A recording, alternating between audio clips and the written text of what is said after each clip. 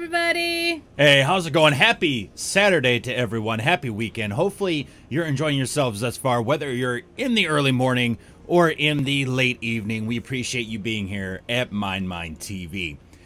Also, for those of you joining us on Twitch, if you didn't know, actually, today is National PogChamp Day. So if we could actually get some PogChamps in the chat, that would be wonderful. So everyone, just spam the shit out of those PogChamps. For those of you listening via podcast on iTunes or Podbean or Stitcher or Player FM or what have you, this doesn't really mean a whole hell of a lot. But that's why you should join us live every Saturday at 1 p.m. PDT for, of course, all the greatness that is our live stream. Again, every Saturday at twitch.tv/MindMineTV. Again, you can interact with us directly via this live stream. Check us out and see what your thoughts are and spread some love. So feel free to stop on by. We'd love to have you. PogChamp National Holiday. International holiday. There you go. We're going to make it international is what we're doing here. That's right. That's right. Whip out your poggers. That's right. Mongo, what's going on? Trunk, Drew the Ogre, Mario Man. Red Siskin, how's it going? Good to see you all here today. Happy Saturday. And Vargala's vet. And Vargala, thank you, man, for hanging out with us today. We're gonna have another awesome Saturday talking about all sorts of interesting questions. It's part of an ongoing series that we've had for a while, it feels like. We talk about 35 questions, top questions that you probably never asked yourself. Kudos if you have. That's right. Yeah, and right now we're on part 5. This is probably gonna be like a 7-part series, but these questions have just been so good, and we've had such awesome conversations and, of course, engagement, you know, from folks on the podcast checking it out and everything else, and really getting involved with this. We really love to see that energy. Want to continue it on. And again, these are questions that hit both on the left brain spectrum, the right brain spectrum, which is what we try to do every single talk show. You know, most of the time we're talking about different things that will impact your life in a very specific way, right? We're getting into more now like the philosophical or the what-if questions, which are really interesting and, though broad, really have just garnered a ton of conversation that we've been absolutely loving. But yeah, so, you know, again, usually we're hitting on different news topics, different things that are just happening out in the world. But again, this has just been so much fun, so we're going to continue it on up to the 35 total questions that we have for you here. And again, in chat, make sure to answer these questions yourself. We'd love to see your answers. We'd love to share them out with those listening on the podcast as well. So, you know, whenever we ask these questions, we're not just asking ourselves, we're asking you as well. So feel free to share that information if you feel comfortable with it. We'd love to hear from you. And talk show always throws me off since Tatiana and Evin switch places. That's true, yes. If you do watch the game stream, we do constantly switch back and forth depending on the day / also the event, what we're doing. Absolutely right. We like to keep you guys on your toes, you know. Right. We don't want to let you get bored, you know, make you feel stale. Come on. Right. Well, they do say that variety is the spice of life, so. Exactly. We're just spicing it up for y'all. Exactly right. That's what we're doing. And also, real quick, I do want to say, even though we only have just like up until I think this Monday is the last day, but if you want to tell folks about we do have a game giveaway going on because we do game streams as well on Twitch pretty much every other day. So I don't know if you want to talk about that, Tatiana. Introduce some folks to it right now. Sure. We have been doing basically a monthly giveaway for a free indie game on Steam for a while now, and it's been wonderful. We've been able to support some really great indie game developers and make someone's day a little bit brighter. So in chat, we've got a link to our Gleamio giveaway. All you got to do is click on it, submit your entries. You can actually submit entries every single day, and then we will pick a winner out of a virtual hat at the end of the giveaway, and you will receive a free indie game for your Steam. That's right. And actually talking about indie games as well real quick here, if you do love video games, you love beta games that, you know, not many people can get their hands on, and you could be one of the first. Actually, this Tuesday on our Twitch channel, you will have that opportunity. We will actually be playing a closed beta of a game called Death Garden, which sounds very intriguing. So, you know, with the name, you've got to check it out and actually get to see it here.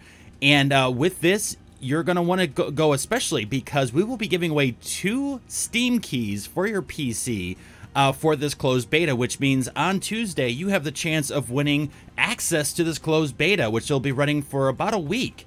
So again, if you want to win a free game, check out some really cool gameplay for a brand new game that not a lot of people get a chance to get their hands on, now's the time to do it. So make sure to join us this Tuesday. We're looking at about 1 p.m. PDT. Servers will go live at 3 p.m. Eastern, so around that time should be a perfect time to jump in and really see how things are going. So with that, let's jump into these questions now. So we are right now at question, let's see here, 21. Now, do you want to kick it off? Do you want me to kick it off? Go ahead. All right. I will put the question in chat as well so that people can see if they're joining us that way. All right, absolutely. So with question 21, what we have is, what does the ideal life look like? So again, just to reiterate, what does that ideal or that total idealistic life look like? What would it be if you could see it right now and experience it right now? And I would say, at least from my end, that's kind of it's a tough question because, for one, it doesn't ask me directly, what does the ideal life look like for you? It just says in a broad sense. So, of course, my first instinct, kind of playing devil's advocate, is the fact of like, well, there isn't really an ideal life because everyone kind of has their own versions of it, right? We kind of got into this with some of the earlier questions, too, from last week and the weekend before that. Like, it's really hard to get everyone to agree on one thing just because of personal experiences and cultural differences and everything else that, treasure to one is trash to another, trash to one is treasure to another, you know what I mean? So it's really difficult to just say, yes, this is the ideal life. What I would say for me personally, though, what does the ideal life look like for me? I would say having the ability or having the freedoms without infringing on others' freedoms, just to be able to do what I am passionate about and what I feel can further society at the same time. Even if it's, through entertainment where I'm helping to maybe broaden some horizons, getting people to think differently, or start a conversation they never thought they could, or never really thought was important originally. Being able to have that ability to engage in a way that I'm passionate about and makes me happy, but also that I have that kind of built-in tool set for. That experience that I have, or I'm willing to learn and improve on in order to do that. And just, again, just being happy with it in the end. Can I look back at it and go, yes, this is something I'm proud of. This is something that I feel really impacted others' lives. And at the same time, I was able to sustain myself off of that. You can't really do much if you don't have the stability behind it, So I think for me, that's kind of like the ideal life, and ideally that would also involve, like travel and getting to connect with people from all over the world, like we do here on Twitch, which I think is, such an amazing experience, being able to connect to people from all over, get their points of views, get them to engage with us and us with them, have some good laughs, share some stories, and kind of help that international perspective. Because there are still so many people that say, oh, well, us versus them. But we've gotten to the point with technology and other industries where it is so much about an international us. It's all about us overall rather than them versus us. And, to be able to experience that and further delve into that is also great, is amazing. So I think having that somewhere in there, too, is also an ideal for me. But again, it's a fairly broad question to a point, and it's difficult to really nail that down, which is what these questions are here for in the first place. But yeah, I would say that's at least a generalization of it, just from getting the question right now. So basically, a little bit of live and let live. Yeah, exactly. Kind of thing. Right, and not to compact that into a saying, but. Yeah, just being able to actually experience life and not feeling like like there are chains on you keeping you from that experience. You know, being able to explore, being able to experience, being able to do, again, without, of course, infringing on those same wants and benefits and rights of those around you. So, you know, going with the flow and just being willing to experience it. I think in a way, too, just being here in the here and now. You know, people can get so lost in their heads when it comes to the past, or so lost in their heads when it comes to a potential future that they've kind of created through their imagination. And they live and feed off those rather than the here and now. And that can really negatively impact you as well. So I think overall, too, it's just, what do you have here right now? You know, what do you have? What can you do at this very point in time? And being able to do that and do something about it. So that's just, again, my 2 cents. So what about on your end? I would say it's very similar on kind of the broad spectrum, you know, sort of want the space and the resources to be able to do what I love and help those around me and travel and, you know, sort of just experience life, basically, without, you know, maybe some of the more oppressive obligations, right? And that's assuming, again, you know, I'm talking about like having shelter, having safety, having financial resources, you know, having the emotional and physical health to be able to travel and experience things and talk to people and see stuff and just be a person on this planet. To go a little bit more in depth too on sort of some of the specifics of that, you know, for me, an ideal life, you know, includes things like, includes some aspects that I think I'm lucky that I already have, you know, having some of the ability to, you know, to some extent dictate what I do throughout the day. You know, I have shelter, I have safety, I have somewhat of a financial resource there to help with all of that. I would like to do more traveling. I certainly have seen less than 0.0000001% of everything there is to see out there, and I would love the opportunity to do more of that. I want to do more writing. I want to do more reading. I want to spend more time with my cats. And I want to talk to people. I think I want to listen to people more so. I'm actually, ironically enough, this is a talk show. I don't like talking, although I'm very good at talking a lot, but I don't enjoy doing it. I would much prefer to actually just sit and listen to someone, like, tell me a story or something. And, like, entertain me or something like that. Though literally have no shortage of words. No worries there. Yeah, and just be able to kind of connect and use all my senses and, you know, feel like I am living each day and not just getting through the day. Yeah, there's nothing worse than that feeling. And having people being like, oh, I can't wait for the weekend. I'm just pushing through to the weekend. And it's like that. Like, I get that. I get that sense because, yeah, work. And a lot of people do things they don't like. I mean, that's just the point of it, right? Whether it's underemployment, whether it's no employment, whether it's just the fact that they're just in a kind of a crappy situation, but due to the restrictions based on financials, they're kind of stuck in it, you know? But yeah, nothing's worse than having that feeling or to hear that. I hate hearing that from people. And I'm not saying that in a negative way against them. I feel bad for them.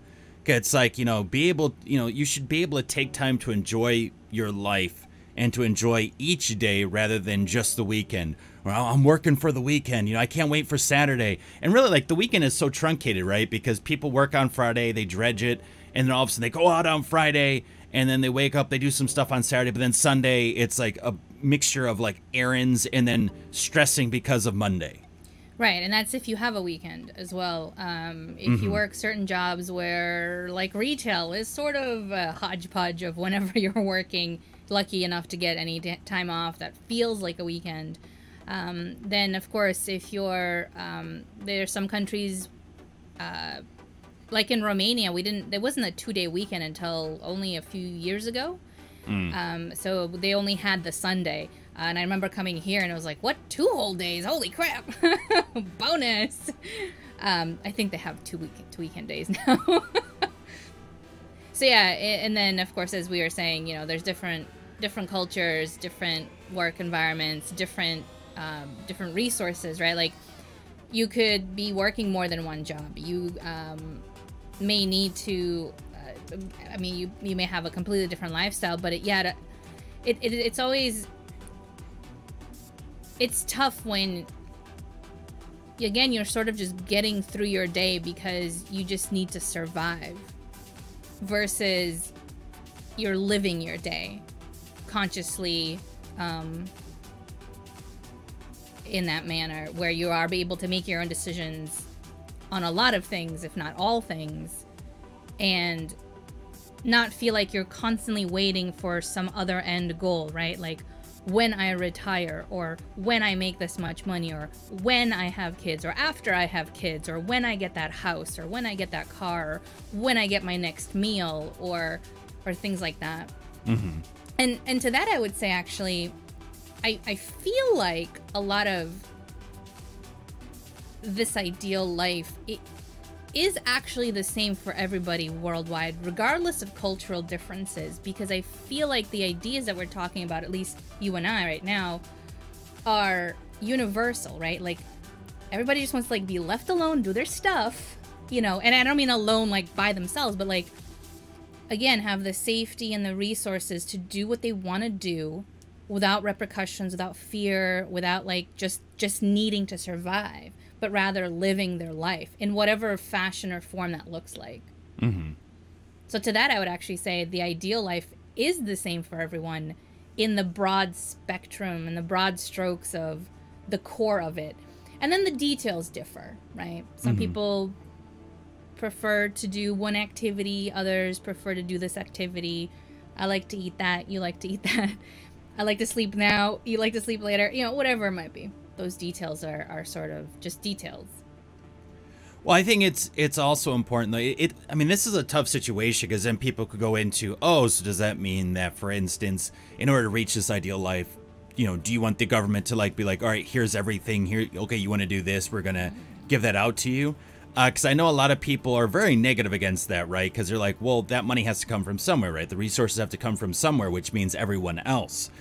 And you know, a lot of people will throw shade at that general concept and everything because the fact that, you know, they feel like that just means that people don't have to work as hard, for example, or, you know, someone who needs more education and more time for what they want to do, they could potentially, let's say, get paid the same or treated the exact same financially or anything else as someone who isn't, or maybe isn't really trying hard because their kind of ideal life is just laying around on a beach, right? That's two very different things, right? Being able to do what you want to do in the sense of a career that impacts people and just laying on a beach because it's nice and relaxing. But does that really have a long-term effect on people around you?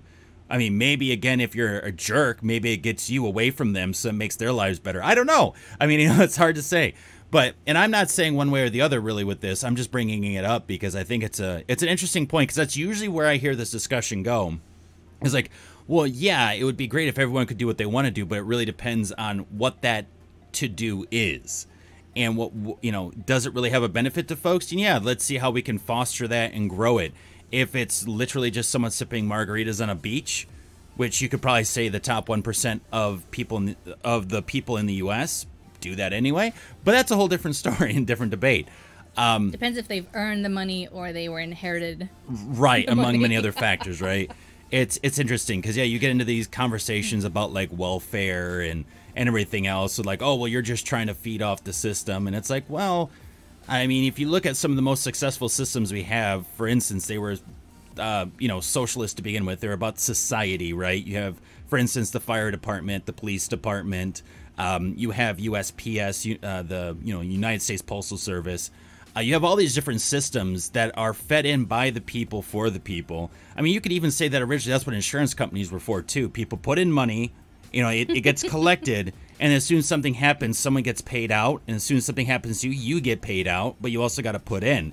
Unfortunately, that system has been fairly corrupted because business and the sense of wanting more money. So, you know, there's that issue too. But it always seems to lead to that debate. So I'm kind of intrigued by that. I don't know. What are your thoughts then based on that? Like, you know, you mentioned like to get people to do what they want to do, what they feel happy with. And it doesn't mean that, you know, like laying on a beach doesn't technically negatively impact anyone. But do you think they should be able just to experience that too? Or what are your thoughts on that based on that framework, I guess? Well, I think thinking about and talking about and wanting an ideal life, and then talking about the realistic possibility of everybody being able to always do everything that they always wanted to do are different conversations, or they're different, right? Like, I don't think realistically it is possible to give everybody their ideal life. Mm-hmm. But I also think that there's enough diversity in the world and in people where everyone's ideal life will complement somebody else's ideal life. Just as, like, you know, yes, there's people who want to hang out on the beach drinking margaritas. I'm not a big fan of the sun or sand. So, like, I won't be there. You know, and maybe there's somebody out there who really likes making drinks for other people, and that's their life, right? And so they'll have no problem making the margaritas. And somebody else likes to hang out on the beach and talk to other people. So perfect. Now they have somebody there next to them to talk to. So I think, and from what I've witnessed and from the people that I've met in my life, like, I do think that there are a lot of different people whose specifics of that ideal life can work together. You know, I think that there's, to kind of throw some broad strokes, you know, there's givers and there's takers, but the givers need takers and the takers need givers in a sense, right? And so I think it's supply and demand. Yeah. So I think, you know, there is definitely the ability to have people live most of their ideal life. I do think that's possible, if everybody else understood that that was true for them as well. You know, and I think, for example, you know, one of my beliefs here is that people who are lucky to have a lot of financial resources, especially the ones who have inherited it. So they didn't, you know, they were just lucky enough to be born into a family that already had money, right? Like that in and of itself is not a talent. That's just luck. It's, you know, the random number generator worked in your favor a lot. And I think sometimes some of those people are protective of their lifestyle in a way that doesn't make sense to me. You know, like use those resources to help others. Like why not? Like it just, you know, instead of taking all of, let's say, a really expensive vacation every single month. Okay, do you have to do that every single month, right? Like, you'd be able to help others get a meal every day for a long time.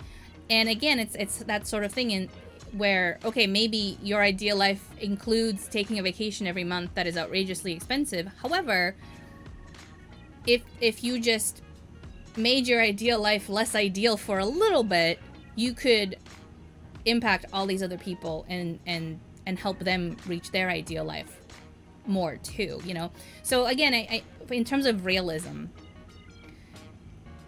I think it's possible for most people to usually mostly live out their ideal life, only if everybody works together.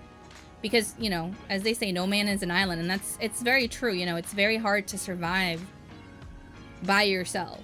It's not impossible by any means, but it's very hard. And we're a social species, you know, and I mean, there are studies that have been done on this, but you yourself feel so much better after you've interacted with someone in a positive way, after you have helped somebody. So to me, it's just mind-boggling that there are still so many blockers to people living, just living, not just surviving, but living in this entire world. It's mind-boggling. And it starts with the people who have the resources and the ability to help, who don't. And I'm not saying they all don't, but not everybody does. Yeah, and we're not saying that those people need to then not benefit in any form or fashion, and that it should then become a detriment to them or a stressor for them. But just that there are always ways of making certain systems work, at least to certain points. And just having it actually run and start. Something needs to initiate for it to get going. But if everyone's pointing the finger going, well, you do it, well, you do it, or they keep separating going, well, you know, the middle class or the lower class, you know, they just, you know, want my money basically. And then you have the middle class or, you know, or anyone else who's going, oh, well, you know, they're just trying to take all of our money. Like you get like this, like he said, she said, this side versus that side. Because, you know, we're talking about like originally here, these divisions that people still have in their heads, you know, them versus us, you know, from a country perspective or from a specific side of the hemisphere perspective. But we also see that a lot of times in our own countries, though, and this a lot of times gets inflamed by political pushes or by businesses or what have you. Yeah, I definitely think it's possible. I just think people have to get over themselves and have to actually step aside, get away from all of the kind of marketing bullshit that gets pushed down our throats, and actually look at it and go, is what's being said actually correct? And going, you know, most of the time, no, it's not. It's fear-mongering. So therefore, let's move forward. What can I do then? You know, that I feel passionate about, that I don't feel is a detriment to me or would, you know, make me all of a sudden homeless, for example, but that I can help to make and improve people's lives. And I don't think that actually really does take a lot. Even the smallest steps are a step, and that's a step in the right direction in my eyes. Yeah, and there's, you know, I know we deviated just a little bit off, I guess, the topic of the question, but like that film Pay It Forward, right? Like that idea is amazing, and I should really figure out who the writer was, because, you know, helping somebody in a way that they can't help themselves is really powerful, right? Because that was the whole thing. Like, not only are you paying it forward, like you're helping, you know, up to in the movie it was like up to 3 people, help them do something that they can't do for themselves. You know, I think that's just so powerful, because it doesn't have to be just giving money, right? Or right. Like some people that might not be what they need, right? They might need someone to listen. They might need somebody to encourage them. They might need somebody who knows of an opportunity for a job somewhere. They might need, right? Like they might need, you know, if they're refugees, they might need a place to stay, right? So just while they get their life together. So there's a lot of different ways that we can all help contribute and help somebody towards their ideal life without at all diminishing our own. Because that's not what Pay It Forward is about. It's not about, like, you know, sacrificing yourself in some way to help someone else, right? It's what can you do for that person that they can't do for themselves. And also, if you can't, if there's nothing, that's okay too. Like, you don't have to, like, you don't have to you don't have to hurt yourself in the process. Look for another person to help. Right. Look to help how you want to. When I was younger, I really wanted to be part of that big brother, big sister thing.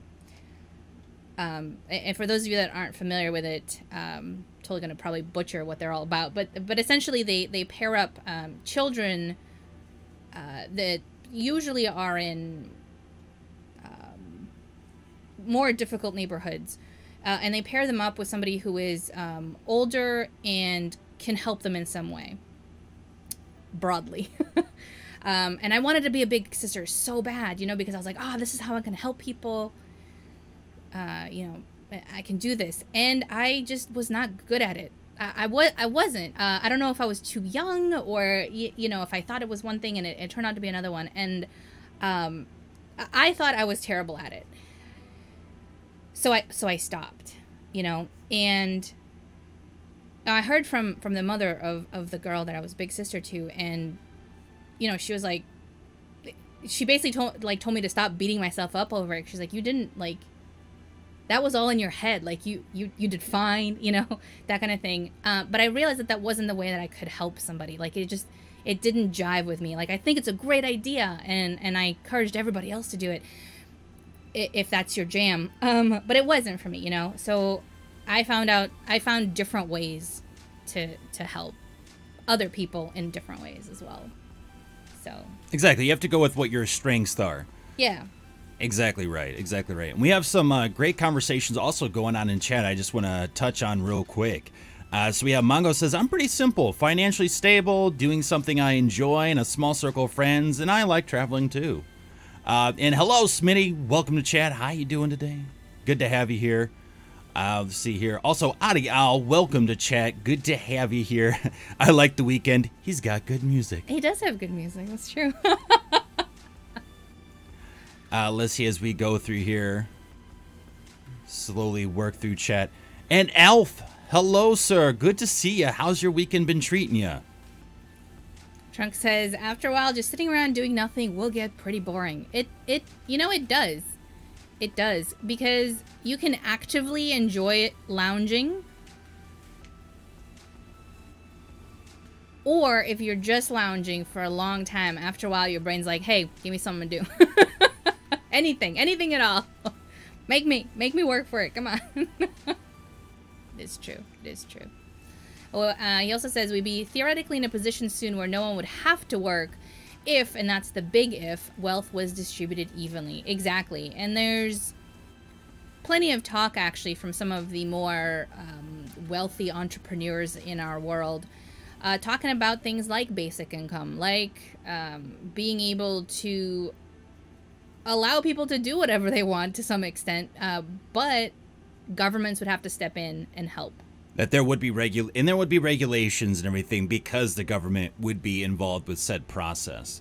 And a lot of people, their preference is not to have the government involved in their lives, you know, or tell them that they have to potentially help these other people and that kind of thing. So if well, and it's difficult, right? Because also the problem is that, you know, everything would have to be run from like a city level and a state level. And I could tell you from firsthand experience dealing with the state government, the different departments within Michigan, in Massachusetts, and in California, a lot of times it can be an absolute nightmare. There are departments that are understaffed and overwhelmed. There are departments that are staffed well, but they're not finding the right people, and they could care less being there. They're just there because, hey, I get good benefits being a government employee. And then you also get it where the people are there, they care, but they don't have the systems. They don't have the money flowing in that they need for these departments in order to help better fund and update their technology, basically, and keep things flowing more efficiently as more people get crammed into this governmental system. So, you know, it's tough. And a lot of people say, oh, yeah, see, there's all these departments that can't handle it, so we shouldn't have the government involved. But ideally, the government is for the people, and there's ideally there shouldn't be at least any interest in profit, right? Unlike if businesses were involved with it and trying to do distributions and stuff like that, trying to get our financial system involved, that would be, I personally think, horrendous. So we'll see. And again, basic income, of course, like I said, though, would have regulations. So it's not like anyone would just get it and start running around doing whatever the hell they want and blah, blah, blah, blah. Like, there are certain things you kind of have to do and get in or get processed and everything else like that. But I think actually there was a country in Europe, if I'm not mistaken, who tried it for a few months. And they actually just ended the program. And I don't know the specifics or the details as to why, but I will look into that. Because I was interested to find out more about what they discovered, you know, from this experiment, I guess. Well, a lot of the these entrepreneurs too that are pushing the idea of basic income, they're doing that because a lot of what they're creating is pushing people out of jobs as well in a way. In the sense of, for instance, you know, technology replacing the human employee, which is a completely different debate. But this is just to kind of help round out this specific of how do we reach that ideal life.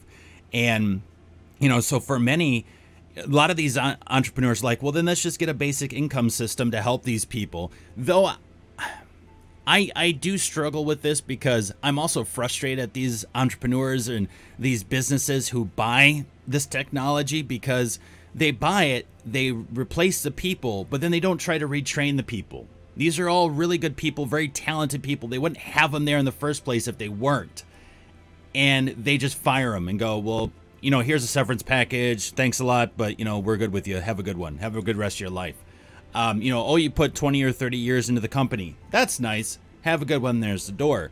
And it's like, why don't you take the time to actually retrain these people to do something else that machines haven't taken over? And I think that's where now we get a lot of people talking about like the fear of automation. I think automation can be great, absolutely great, but just make sure you don't completely get rid of people then and displace them, because you're going to not only lose great employees, you're going to lose clients as well, customers.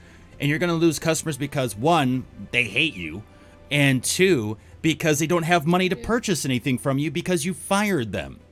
So, you know, if your focus is just on making money, you're doing it wrong, because it is going to shoot you in the foot real, real bad. Just, you know, on my soapbox saying that. Also, I'm pretty sure, like, Star Trek had basic income. I mean... If TV shows can implement, no.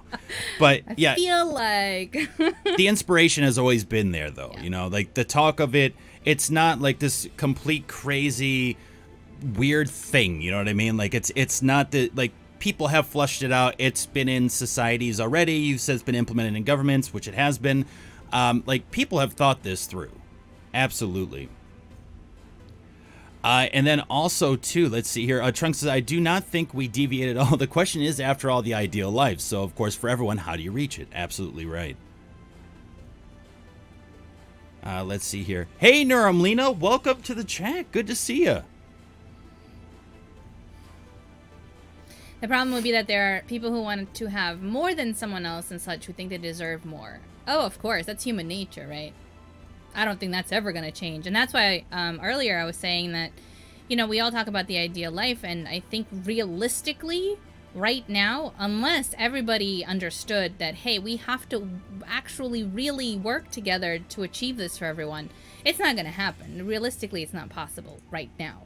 Unless there's a major shift in how we educate our children and for future generations. But I think it would take some incredible miracle for everybody to get along right now and to realize that, you know, if we all work together to make this a reality for everyone, it can happen. Yeah, I think it's not quite there. Not quite there. All right, speaking of working together and living together, our next question is, can people with vastly different cultural backgrounds live together peacefully? And if so, how? I'll put that in chat for everybody as well.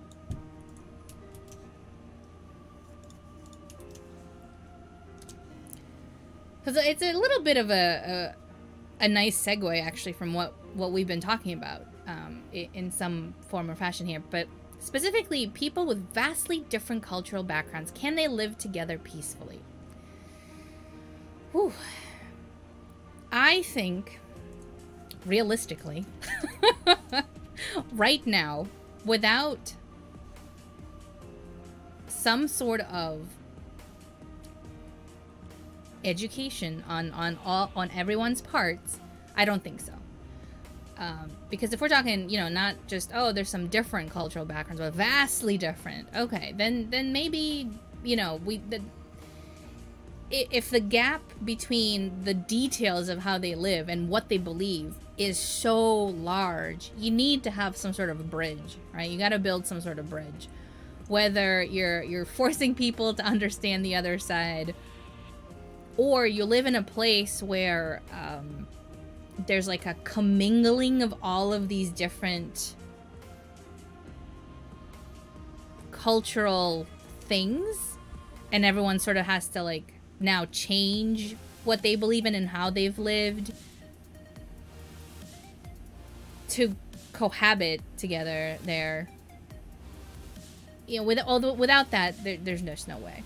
You know, it's like, yeah. Yeah, like, I feel like, you know, when it says live together peacefully, I mean, you look at all the different conflicts right now in the world, especially the most recent being the Israeli and Palestinian conflict, and just the differences are such a large division, and there's just so much hate and resentment built up on both sides, and you know, especially on the Palestinian side because of how they've been treated. It's just been horrendous what has happened over there. And again, it's the different belief systems over land, over religion, over these really core factors of what people take so much pride in. You know, land and their culture, their identity, their language, their religion or philosophy, and it can greatly divide. At least in their own heads, right? Even if we could look at it from an outside perspective and go, well, they're not all that different in a way. I mean, like, you know, they have these similarities or they have these certain ideas that do seem to mesh, but, you know, again, there is this great division there. But to them, it's everything, and to them, it's huge. It's this massive, especially as it's impacting them every day. So it's tough. You know, I think, can we live peacefully if we say, well, this is your plot of land, this is my plot of land, and let's just kind of leave it at that? I think that can work out to a certain extent, because at least for the most part, wars really occur once someone crosses that line and goes into their land and says, I don't like the way you're doing things culturally, or I want your resources, or I want your land because it benefits me financially. And that really impacts things quite a bit. So I know it's hard. It's like, I feel like in a way to like completely intermesh them to a point, I say no, because there's always going to be some subsect, even if it's not the entire culture. I feel like there's always going to be like a small subsect of people that are still going to go after the other or create the other. But I think at least having this kind of country-based system where it's like, okay, well, we have borders, we have lines. You know, like if you believe, stay over there, I'll stay over here. Well, it's more so like, well, yeah, okay, if you believe in this system, then there you go. There's a perfect place for you. And if you believe in that system, then there's a perfect place for you. Great. And do you two have to be at each other's throats? No. Just as long as you don't step on us and what we're doing, we won't step on you and what you're doing. Having that kind of basic. But what if what they're doing, like, you know, it goes against what you're doing or what you believe in so strongly that doesn't even work. I mean, that happens all the time. Right. But I'm saying though that it happens all the time without conflict. Mm. It actually does. There are plenty of situations we can look at where people are just like, don't push my buttons. I mean, even the situation between North Korea and South Korea, it's not that they've been, you know, like in the past 5 months bombing the shit out of each other. Now, they've been close. They've been pushing each other's buttons. But it's not like they just said enough's enough and done it, luckily. And luckily they're in talks now, and hopefully things work out. For everyone's sake over there. Japan, China, Taiwan, you know, Korea themselves. Like, there's so many countries there, Russia. There's so many countries that will get impacted if a war happens there. So, you know, luckily there is that. And I think this is the factor, too, is that we have to think about that with this country-based system, other countries can step into and go, no, no, no, you two. Figure your shit out. And a lot of times that does actually help. Because they will say, hey, look, we are technically like trade partners with you, or, you know, we share a border with you, and if you go to war, that does impact us. Let's try to figure something out. So ideally, you get a lot of different voices in that hopefully will help rationalize, which is, I think, where they were trying to go with like the UN, for example, but we all know that the UN basically is very soft-handed with a lot of things that they shouldn't be. So, and there's a lot of, I would say, complaint about the UN in its current status. More like a glorified book club.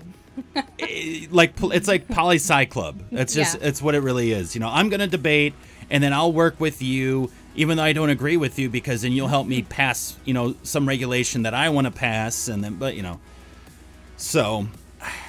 I mean, I just think if you intermesh people completely, is that perfect utopia? I would say no, because someone's always going to feel infringed in some form or fashion. But can we at least be around each other in a general sense of like, okay, this country next to this country? I think it is possible. I think it is doable. I don't know. It's tough because we're talking about a group of people versus one person with a lot of power too.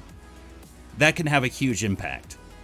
You know, any kind of dictatorship has pretty much led to massive wars or massive civil wars because they're willing to push a button because they don't care. You know what I mean? So it's tricky. But I guess my overall answer, though, would be no. But there are other ways around it to hopefully make things at least work out better. So we have options. But yeah, I mean... The other thing, too, is that, like, for instance, there are many companies pretty much nowadays. There are many countries that work together, but supposedly have completely separate belief systems, right? Let's point out the most obvious here. The relationship between the U.S. and Saudi Arabia. The U.S. believes in democracy, supposedly. Supposedly. Right. And they push, democratic values. The problem is, then why the hell are we in a relationship with Saudi Arabia, who does not believe in democracy, who, you know, still burns people for being supposedly witches and heretics in the city square? Beheadings happen quite often. I mean, there are many things that go on in that country that are vastly different from that of the U.S. Now, I'm not saying it's okay to turn a blind eye, blah, blah, blah, but, you know, that does exist there. Why? Well, because money, economics, oil, right? Oil. It all plays a big part. Now, I know that's not the sunny side of things when it comes to like, well, see, different people can work together. Yeah, but that also does a lot of negative too. That's not a good thing. So the question there would be like, you know, okay, maybe they can work together, but should they? Yeah, exactly. It's like, and then at that point, it's like, yeah, well, should they really be working together? Should they be able to live peacefully to a point? It's like in that sense of like, at least in a sense of having a strong relationship. You can still have talks and keep the peace and be like, well, that's your government, this is our government. But to be able to say, okay, well, we're going to give you a ton of money and weapons for stuff, even though we don't agree with what you're doing with that money and those weapons. Right. So there's that really dark area too when it comes to that. And it is tricky, right? Because you, as the country that maybe doesn't agree with what's going on, you know, across a border, you still want to protect your people, right? So you got to figure out where's that line and how to cross it if need be between protecting your own people, right, and protecting their interests, or, you know, trying to change how the people across the border do their stuff. And it's a hard question, right? And I was just playing Civilization yesterday, and I'm just doing my own thing, you know, starting up my little civilization, doing my stuff, doing a little bit of scouting, doing a little bit of building, and all of a sudden the Mongolian Empire comes by and they're like, hey, we can go to war, or we can be peaceful for a little bit and then later we'll go to war. It's like, what? Those are both terrible choices. Do you want to just delay it, or do you want to just get right into it right now? So I was like, let's be peaceful for a while. And so then I was like, all right, fuck, I have to build up my archers. Gotta get like a navy to protect myself. It all of a sudden became less about expanding my empire to I have to protect my empire because that motherfucker's coming for me. And then, of course, I was like, do I just turn on our deal? Do I attack him first? You know, all of these things. So yeah, it's tricky. It's tricky to live peacefully with others that are, well, vastly different cultural beliefs and everything. However, I do think it's possible, again, if there's education, if there's a meeting in the middle, if there are, if, you know, if both sides 100% are in it to do it. Mm-hmm. And that's like you were saying, you know, there's always going to be sects. There's always going to be people who are like, nope. Oh, yeah. Well, when I went to Egypt, and this was, though, oh, boy, probably at this point, a little over, I think, 12 years ago now. Back when I was a young man. Yeah, right. And, you know, I went there, and we were learning about the history of it and everything. We talked to a lot of people, and they said, well, you know, honestly, even though there's kind of always been this centuries-long battle between like the Christians and the Muslims and stuff like that for land and stuff. You know, you look at like Constantinople, for example, and everything. But, you know, they've said too that here in Egypt, we're like, you know, we actually have a sect of Christians that are called Coptic Christians. And, you know, they have their own churches and everything like that. They, a lot of times, will get a tattoo of a small cross in between their index and their thumb, somewhere on their hand, basically, to show their religion. And, you know, they said that, you know, the bulk of us are, you know, don't think any less of them, don't think any, I mean, they're just, you know, they're people. You know, we treat them equally. It doesn't matter the religion they have. You know, you know, they're like, well, I'm Muslim, but they're Christian. That doesn't, you know, create a rift between us. You know, it's like they're similar enough, but, you know, there's differences too. But, you know, we look past that. But then they said, but there's still small sects of a very devout, kind of, in a way, well, a very devout group, though, or subsect of those who are Muslim, who have a kind of twisted view of Islam. And they say, and they will go out and find these people and attack them in the streets. And so sometimes, you know, Coptic Christians, depending on certain areas, are very scared to go out, feeling like they're going to get attacked or somehow it's going to negatively impact their family, things like that. But again, you know, like the bulk of of the people I met were just like, yeah, no, we get along. Everyone contributes to society. Everyone treats people, you know, the best they can for the society, and we move forward. But yeah, again, you always get someone who has to screw it up for everything, you know, and that's the asshole at the party where you look at and you go, you know, this is why we can't have nice things. I hope you realize this. You're the reason why. Can we just exile those people? Like, listen, we tried this with you. It does not seem to stick, okay? There's the door. Goodbye. Thanks for playing. Have a good one. Yeah, and Drew the Ogre says, you know, pretty sure that would depend on the cultures, subcultures, exactly as we've been talking about. Depends on value differences, says Crazy Doc, between the people in question and how they're willing to come together, have conversations, make compromises, which, of course, making compromises is very hard for people. So many people, you know, feel like, well, I want, and if I don't get what I want, then you're taking from me and I'm not going to allow it, rather than actually meet in the middle and go, well, I think we can both work something out here. Let's truly discuss and see what we can do. Alf mentions, to me, more than the cultural differences is the imposition of one over the other, mostly regarding conquests, wars, etc. And that's a good point, right? It's like kind of what you were just saying, you know, it's the person who doesn't want to compromise, you know, they're just like, nope, my way or the highway, right? Mm-hmm. That kind of totalitarian, or like that ultimatum. Like, I'm not willing to meet you halfway on this bridge. You build the bridge and then you come on over here. You do all the work. And it's like, that's not going to work.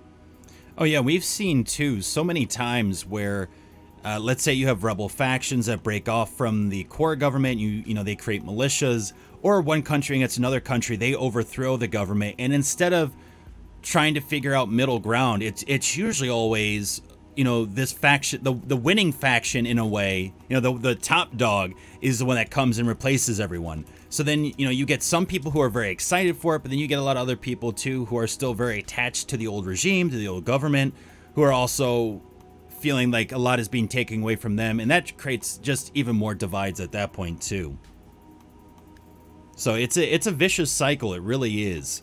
Especially when you have that one-upsmanship and go, well, nope, we won. You're not involved in this. So step down and disappear into the shadows. Yeah, and then Naramlina, kind of tying us back to our first question of today, right? Like, the majority of people just want clean water. a safe place to live, food, you know, just basic things, right? Yeah, like you want to meet some of your basic requirements: shelter, safety, you know, some type of resource that can help you survive. And then I think that at our core, it is our core. You know, we all want that. And then everything else are just details, right? Details that we can hopefully work together to certainly respect.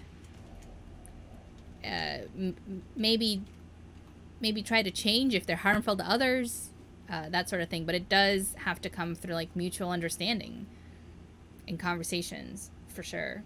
And hey, Admiral Unknown, welcome.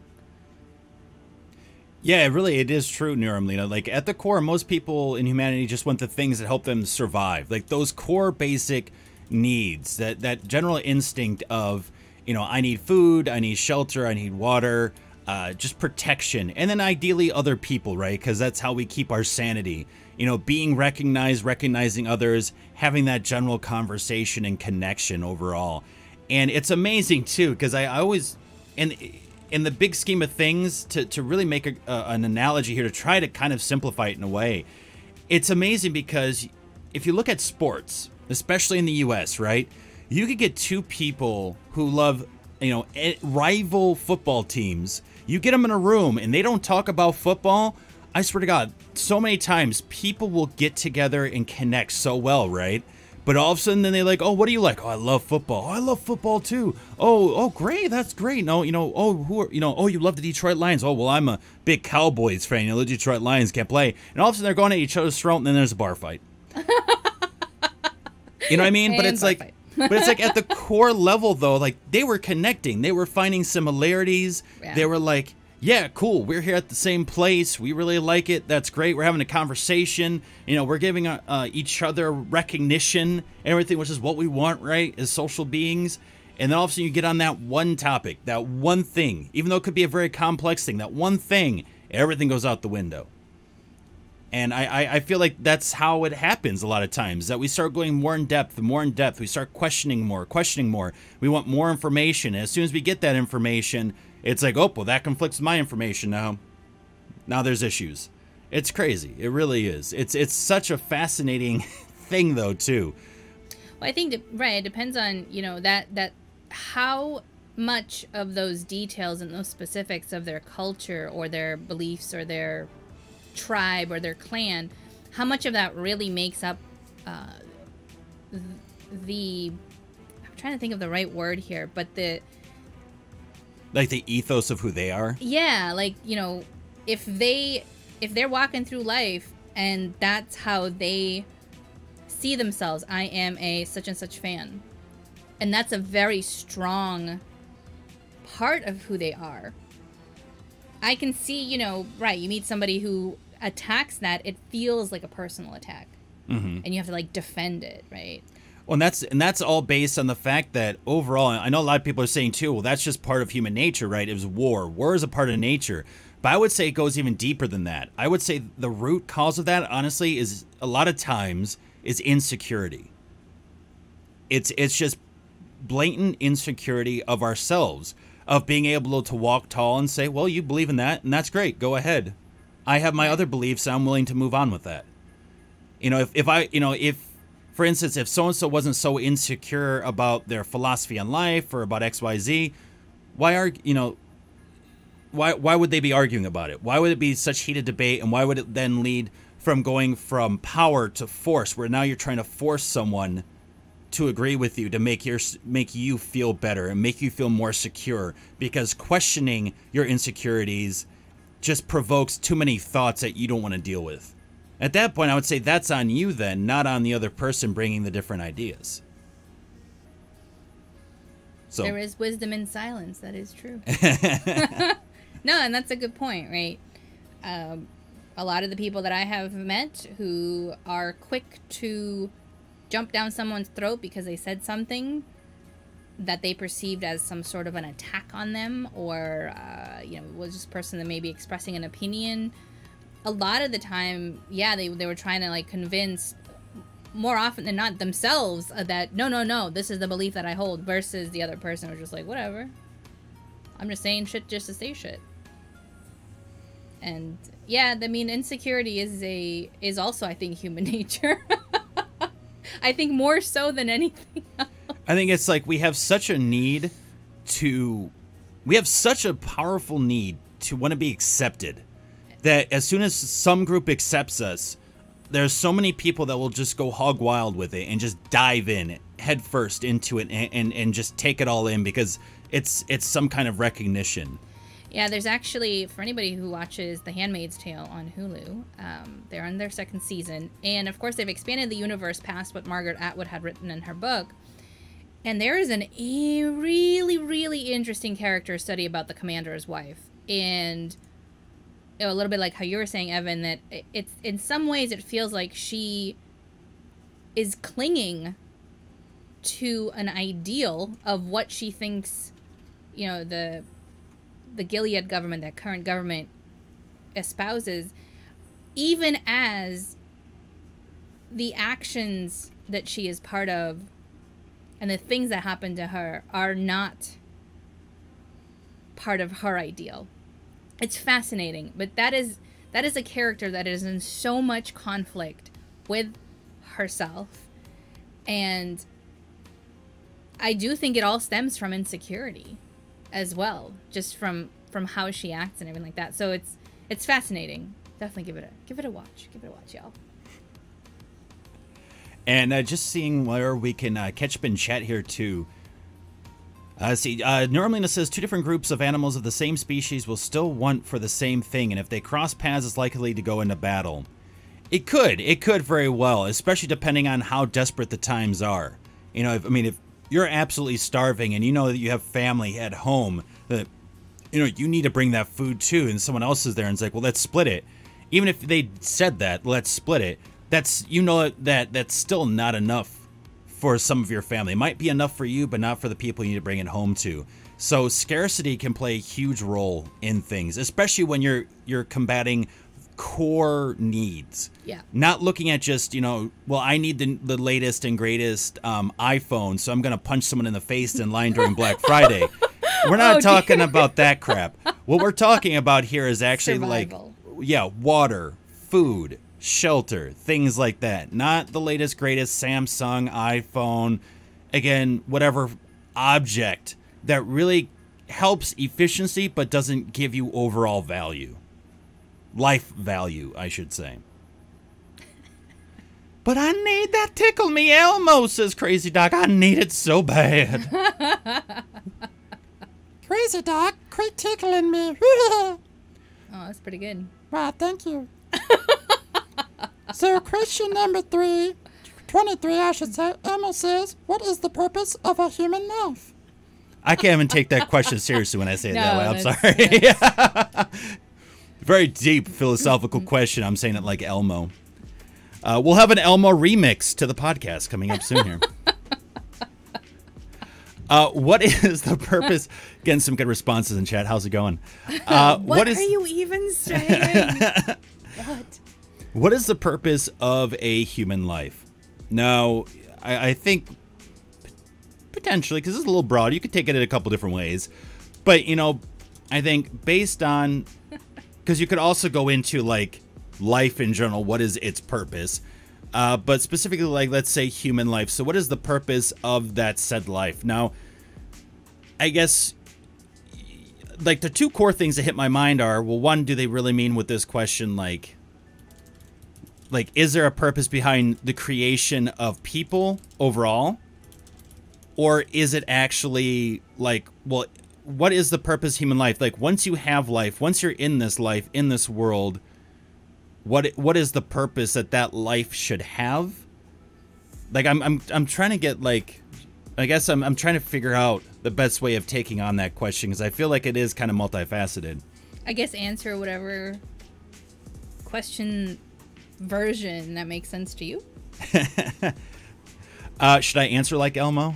I'm getting some people asking, like, did you give him sugar before the show? Well, spike the coffee. You know, Conan Exiles would say, survive, build, and dominate. Thank you, Doc. That is true.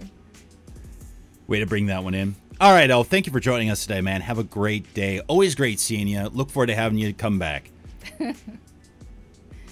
Admiral Unknown says, ooh, that question keeps me up at night every now and then. It's a good question. It's like, what is one's purpose, right? I feel like, again, we want to belong, and we always are looking for purpose as individuals. Like, what am I good at? Am I really doing something impactful? And that can actually get people into a really deep depression in a way of like trying to figure out, what is my value?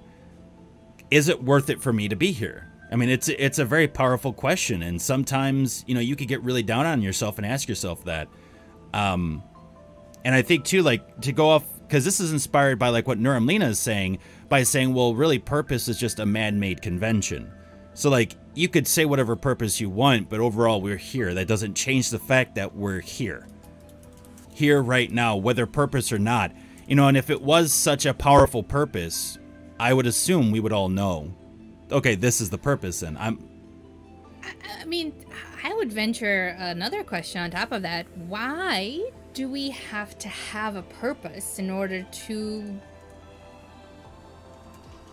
feel good about ourselves, though? Because you mentioned, you know, like that sometimes brings about a depression from people, or something like that. And I just to piggyback off of that. But why does not having a clear-cut purpose, or why would you need, let's say, to know that in order for you to go on about your daily life? Well, I think like everyone just has a natural instinct, because it shows in a way that, you know, they're alive, I think, in one way, and that they are good at something, because there is just a natural need. I think questioning that is not a question one can answer, really. It's just, there is an innate need there.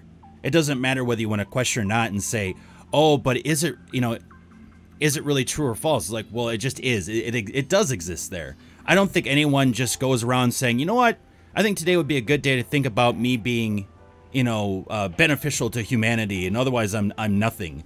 It's just innate there. I think we all want to do well. I think there's some innate features probably passed on from generations of survival and people being involved in doing things in their life and helping. And I think also being surrounded by lots of change potentially could influence that as well. You know, you see enough change, but if you yourself don't feel like you're changing as well, I think that could come into play as well.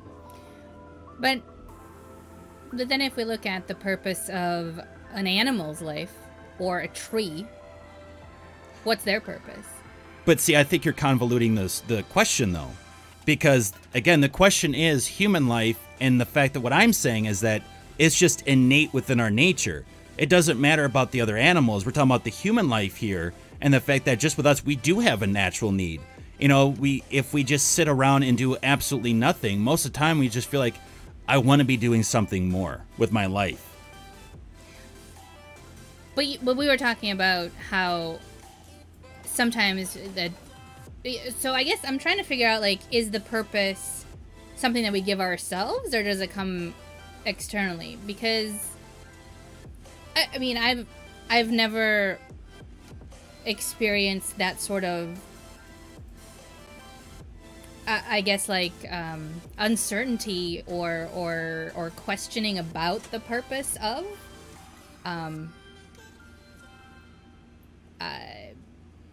I guess I give myself purpose. Well, I would say if you've ever gotten competitive, you've gone along the lines of questioning purpose. Because ideally, you know, in your mind, when we get competitive, it's because we feel like we're really good at something and that we belong in that realm or belong in doing that at a certain level. And if we start feeling competitiveness, we start feeling threatened by that. I think that goes along the same lines too, if that makes sense to you. So I think if you've ever got, you know, competitive, you've gotten kind of insecure about where are you placed in this certain niche. It could be something small. I don't care. Video games. We're on Twitch after all. Or it could be something much larger, like just the job you do on a daily basis. You know, again, we all want to feel like we're doing something and we're doing it well. But isn't that just more like living versus having like a purpose, like we have to be here because in 5,000 years aliens are gonna need human slaves, so here we are. You know, like I guess, are we thinking about like a purpose, like a daily purpose, or because being competitive in something that you're good at or maybe not good at, to me doesn't feel like that's what this question is asking, I guess. What I'm basing it was off of what you're saying. So what I'm saying absolutely does fit based on what you brought to attention. So what I'm saying is it runs along the line of that we want to have some sort of purpose. We want to feel like we belong somewhere. And when we get threatened by that, again, that's us feeling like we're losing that purpose and we want to hold on to it. And so that's where I think somewhat competitiveness comes into play. Of that, I want to make sure I belong, so I want to make sure that I'm here still. And by doing that, I have to, let's say in a sporting sense, I have to win in order for me to stay here and have my continued purpose of being this athlete, for example. Now, again, I'm only just simplifying it. I'm just doing it for an analogy's sake, so that way you get the general sense of where I'm coming at. That's all. Okay. I'm not saying that sports overall is people's purpose in life, and that's why they're here on this planet, is to throw a piece of, pigskin. That's not what I'm saying. This is just, again, an analogy or an example to try to, because, again, this is a very hefty subject, and so sometimes you have to oversimplify it just to get to some of the core values and be able to highlight it. Otherwise, it's just going to constantly be buried. And then what happens a lot of times is conversations go into this kind of cyclical mode of, well, what about this? Well, what about this? Well, what about this? And you don't really get to an answer because you need to dive deeper. So I'm just trying to get to some of the core points. Now, do I think we have an overall purpose, like there was a plan for us to be created or whatever? No, I don't. I think just a lot of things came to be, and we as well as lions, tigers, and bears, oh my, have been very fortunate to exist here, and everything worked out well, and it is such a rarity. So we should be very in the moment, going back to this and being appreciative of the day to day. But I think in general, and it may be, and again, I'm saying we innately feel this way, but like I said, it could come from this need of purpose could come from us as people too, the pressures of society. I'm not saying it's just innate in us in the sense of like, as a baby, we're born to then find purpose, right? A baby is just there to exist. What I'm saying, though, is that it probably has passed down along the way from generation to generation to the point where it's kind of, in a way, become innate, even if it's, or drilled into our heads subconsciously because of marketing, because of, again, just these overall selling factors of like, oh, well, you should be someone greater, be someone bigger and badder. Like, again, your purpose could also be just to live. That's a purpose too. So we can't say either that, oh, well, what is purpose? You could just exist. Well, in order to exist, that could be your purpose because you have to take steps. You have to want to exist, right? Like someone could just stop eating. Someone could stop drinking and perish because of that. So they have to have some kind of purpose and recognize that purpose to want to survive. If that makes sense to you. Yeah. Yeah, I guess I've never...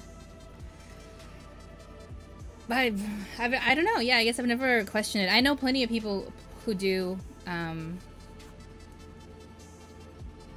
People who either believe that it is something God-given or given by whatever religious figure they believe in, or that one day they woke up and they're like, this is what I'm meant to do. But I guess from my perspective, I don't think that there's a purpose. I mean, there's no like purpose of a human life. I know what I think to kind of just like broadly like why kind of humanity exists. I don't think that there's a specific purpose. I think we all find our own purpose and our own meaning in our lives, and to equate it in terms that are a little simpler, I guess, to go off of that, to look at something that's like a survival game, where there's no... You kind of create your own purpose when you play that game, right? You kind of make it whatever you want to make it. You can build, you can go attack people, you can walk around naked, you can kind of do whatever you want. You know, innately, I don't believe that there is a purpose. To me, it does feel like just some random stuff that kind of happened to get us to where we are, and that's kind of what we make of it after. So I would say, you know, my answer to that question, it's whatever you think that it is. Like, what is the purpose of a human life? Whatever you want it to be would be my answer there.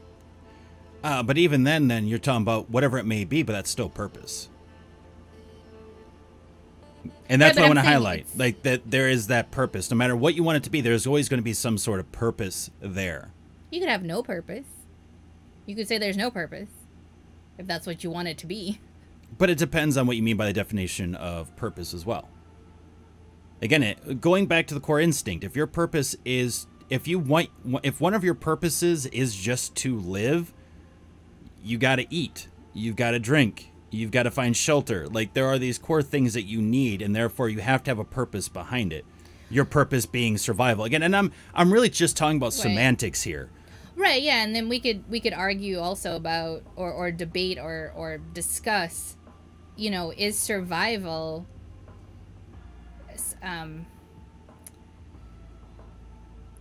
you know, I guess, is it something that's intentional, really, or is it something that our body kind of kicks in and you potentially would have to intentionally tell it to stop, or, you know what I mean? I don't think that, you know, to some degree, your body does kick in to make you survive, and it doesn't necessarily have anything to do with, I guess, the higher functioning parts of the brain or anything. It's just, you know, it's a reaction to something. Mm-hmm. Like, you know, if you put your hand on fire, your nerve receptor, your pain receptors, you're going to be like, fuck that shit, and it'll tell your muscles to, like, pull away. You know, is that a purpose because, you know, is that, like, because you had a purpose to survive, or it's just the way that the physicality, the biology works, I guess. Well, then you'd have to question as well, too, like, for purpose to be purpose, let's say, you know, to actually be purpose, does it have to be conscious, or can it be something that's subconscious, that's on a subconscious level? Then does it still exist at that point in time too? And that's a whole other debate as well that we won't really get anywhere with. Oh yeah, no, these are some deep questions, you know.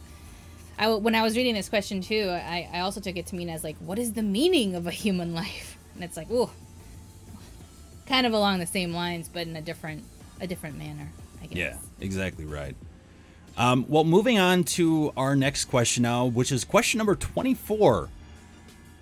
Are some lives more valuable than others? Because it depends on the purpose. No, I'm just kidding. Terrible joke. Terrible joke. Yeah, so, and I'll put it in chat here, but number 24, the question is, are some lives more valuable than others?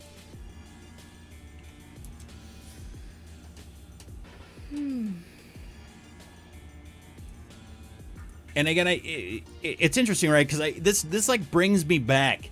I think it was like middle school or something like that, where they go, okay, well, if you're, this was a question we were asked in middle school. I think it was, yeah, it wasn't high school. It was holy middle school shit! thing. What is this question? You're saying holy shit? Oh my God! They asked this question. You don't even know what the question is. Calm it down. Calm it down. If it's something like this. No, but they didn't ask this question, though. So what I'm saying, though, is that the question they asked was like, you know, let's say you had 10 people but could only put 5 people on a life raft. You have a doctor, you have an athlete, you have, for instance, a child, you have a sailor. My original reaction stands. They asked you that question in middle school? See, now you can have that reaction because I said the question. But yeah, so, you know, they go through the different kind of roles, right? Based on knowledge and experience and what have you. And they go, okay, so out of the 10 people, which 5 would you pick? And it was very interesting. And that drives me to this too, is like, yeah, at this point you're saying what lives are more valuable than others, and our lives more valuable than others. And I think too, it's like if you're really in that life or death situation and it really is that black and white, at that point it's like, yeah, you almost have to say in a way, yes, if you're looking for long-term survival for at least the core members that can escape and can live, right? Then at that point you have to look at, well, things like, for instance, which a lot of people would say, like the doctor. Yes, bring the doctor. If something happens to someone, they can help them. If they're not a dick. Right, exactly. Then it comes into play of like personality and everything else.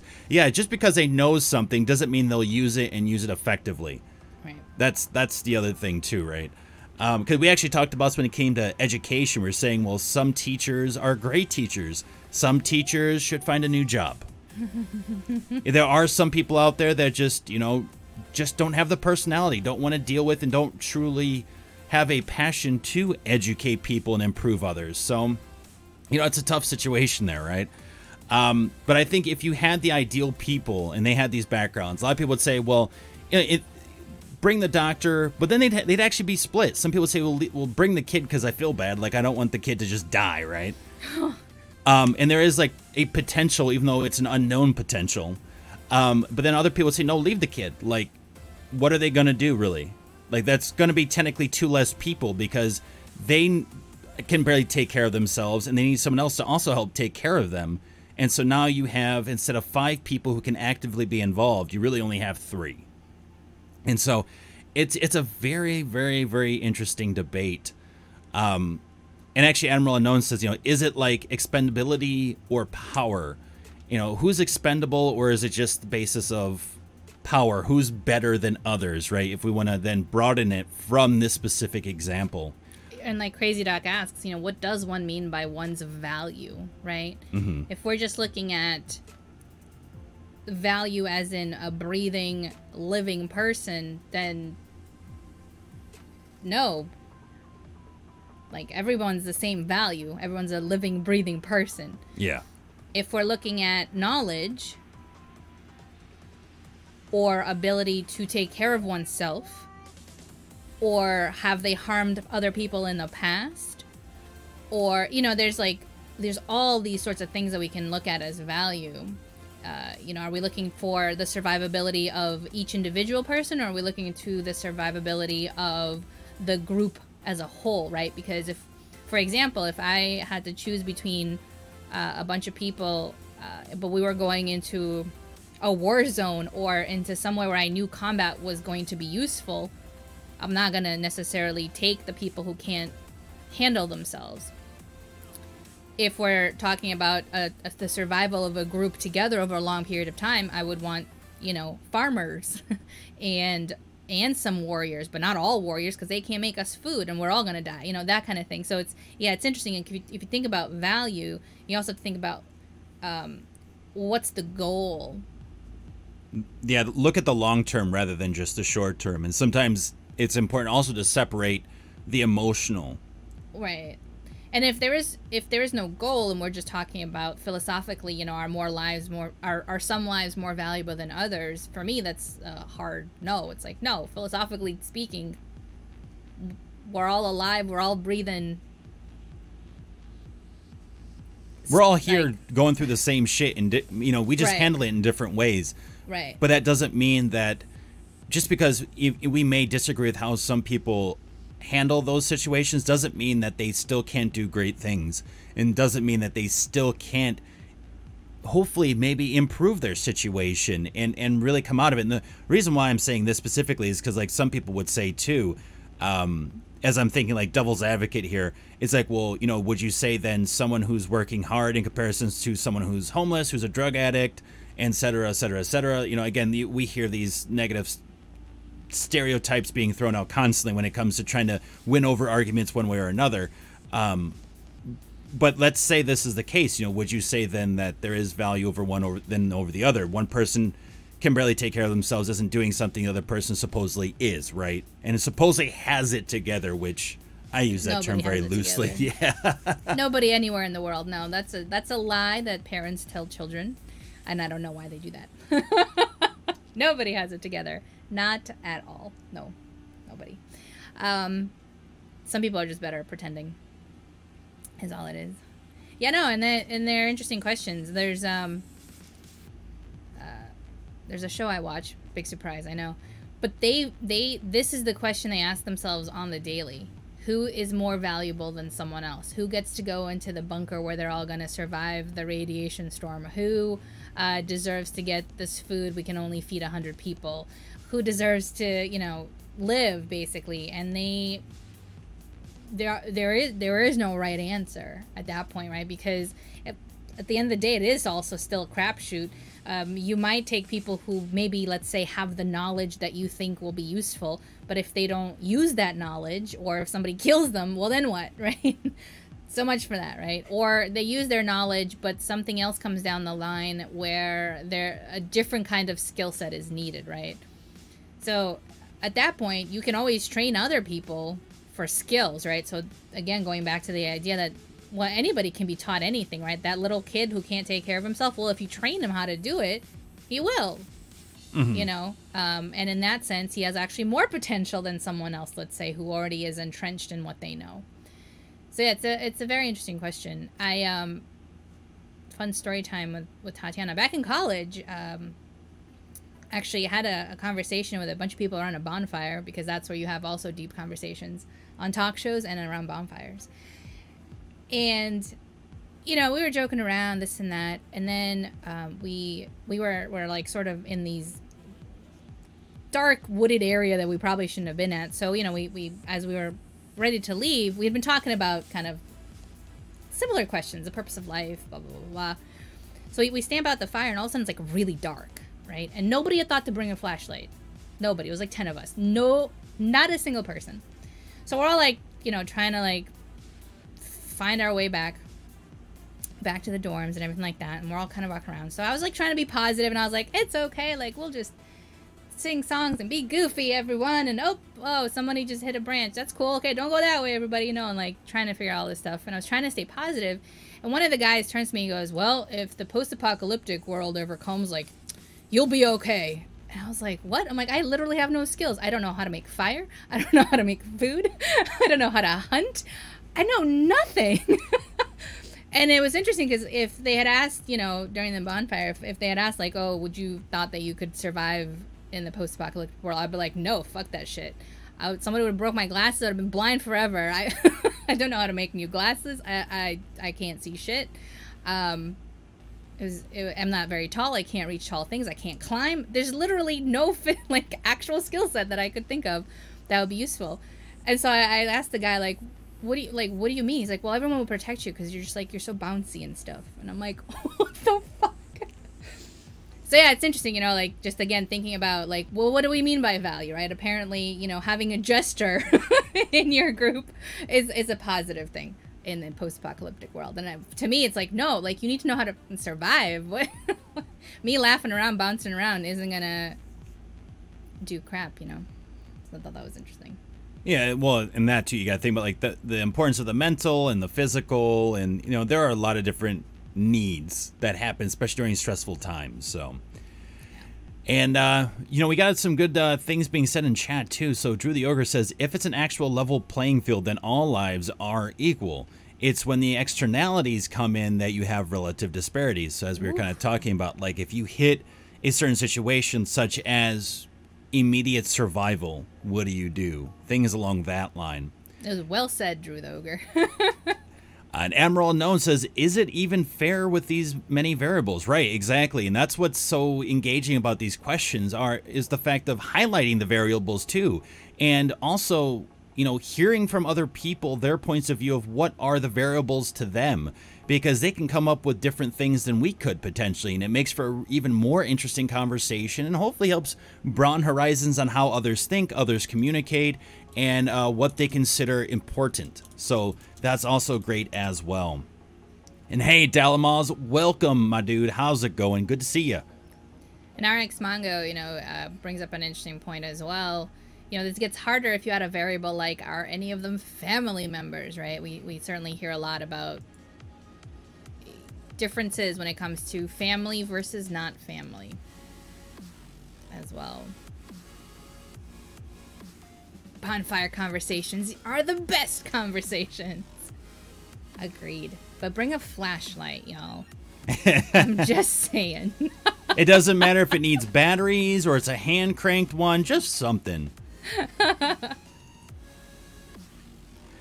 Yeah, again, and I think what's great about these questions, you know, some of them, well, many of them, most of them, will not have a clear-cut answer. And I think the reason why we bring these up, too, is the fact that we say this for every topic. You know, there's so many topics that we actually cover that are based from the news being reported on right now because they're happening right now. You know, this company does this, or, you know, this sect of people are doing this against another group of people.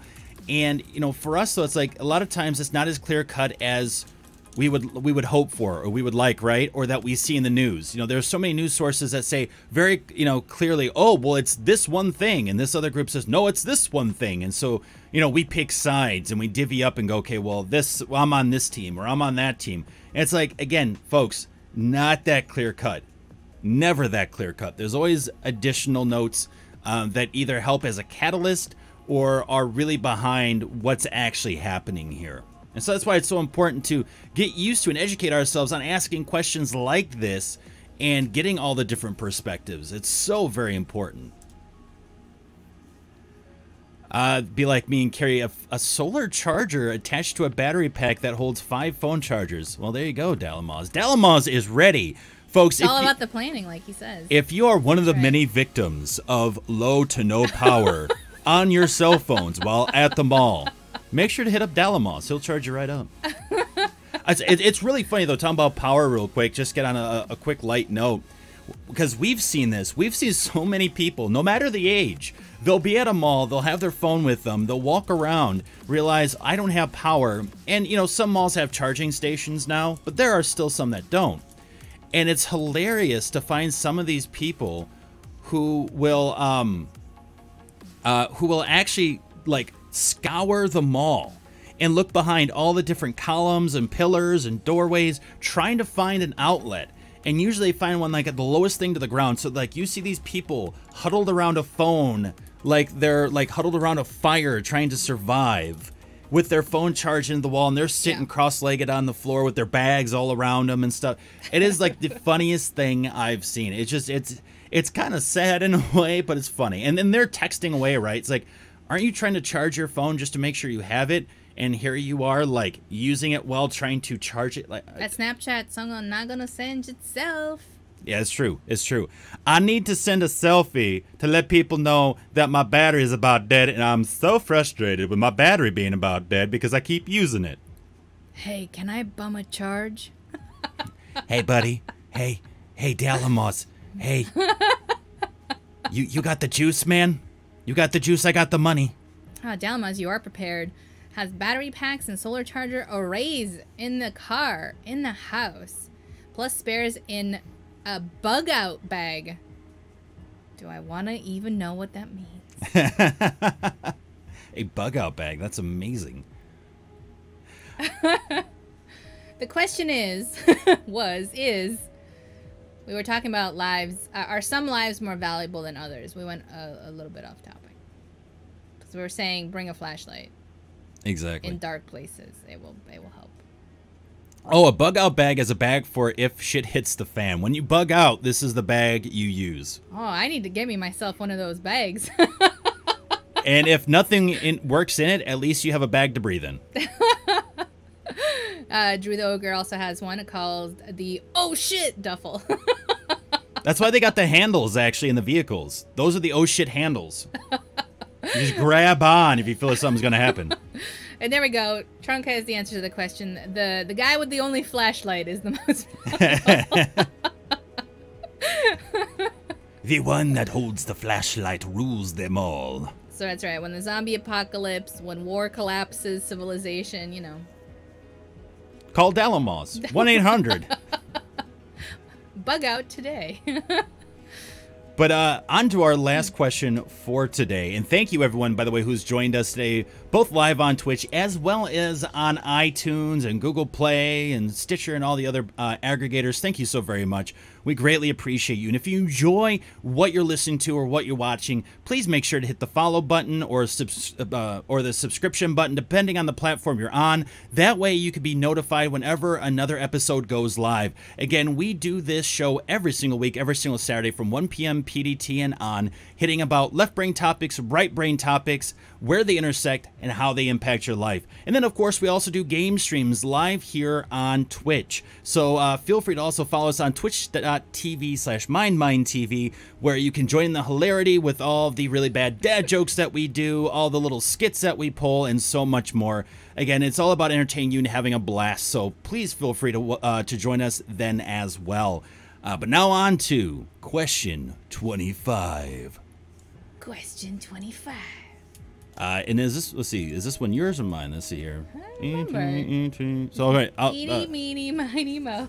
We'll go, I'll do this one. Question 25. Brought to you by people who did question 24, 23, 22, and 21. Is free will real?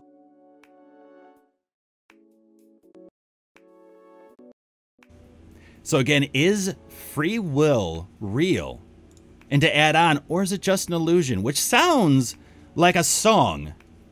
Is it real or just an illusion?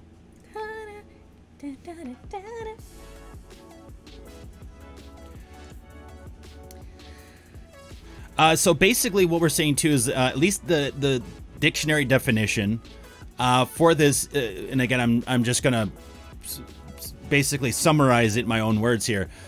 But with the free will, what this means is that you do not have like the hand of fate guiding you. There is no like destiny. It is just absolute free will control.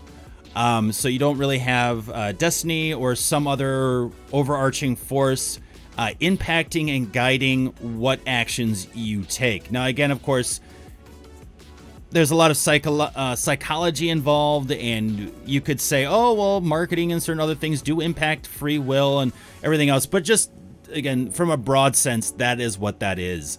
So is it real? Do we actually have free will? Can we actually do things without something controlling it besides us? Or is it just an illusion? Da, da, da, da. So, what do you think? That's a good question. Damn, what good questions today. I feel like this list started with a little less like, whew, heavy questions. Now we're like getting into the meat of it. You know, I think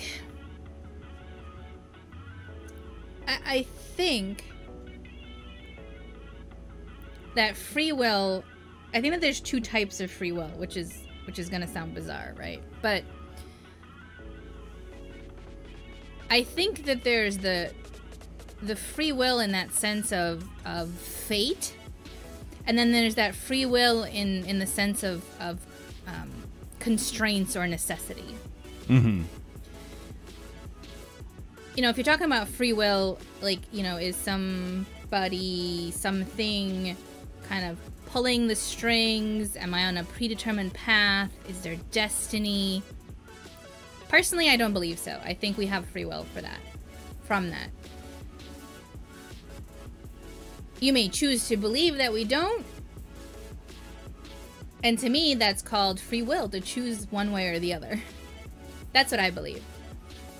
When it comes to free will, that's more about the necessity of life and the survival that's sort of built into us that need to survive.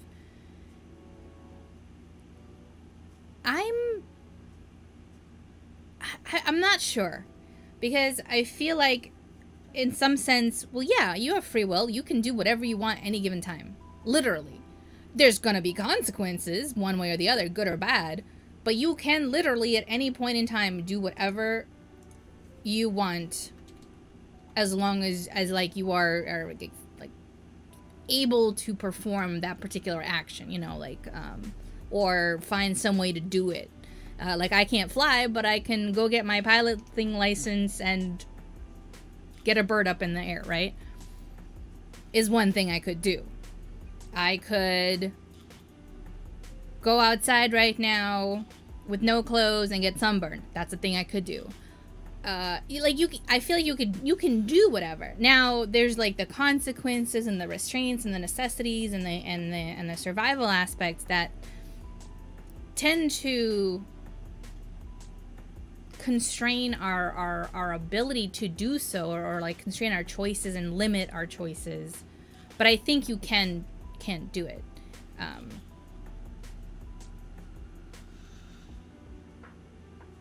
But then there's part of me that feels like that might be a delusion as well, in that sense. So if we're talking about free will with fate and everything, and destiny, I think we have free will.